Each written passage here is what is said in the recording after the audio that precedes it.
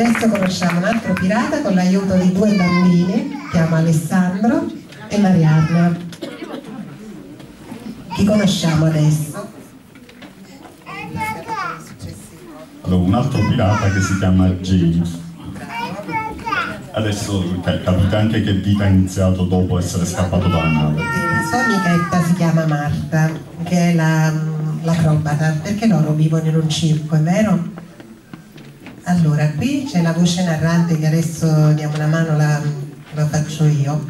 Una sera al Circo dei Sogni, il circo più importante d'Italia, James il clown si trovava all'interno della sua roulotte. Si era da poco addormentato nel suo comodo lettino, quando improvvisamente fu svegliato dal suono del campanello. E chi sarà a quest'ora? Va bene, sto arrivando. Aprì la porta e trovò Marta, l'acrobata, in camicia da notte, del tutto spaventata. Ciao Marta, come mai sei qui a quest'ora e per quale motivo sei così spaventata?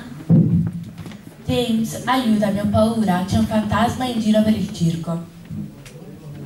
Un fantasma? Ma i fantasmi non esistono. Forse avrai avuto un incubo oppure avrai visto male.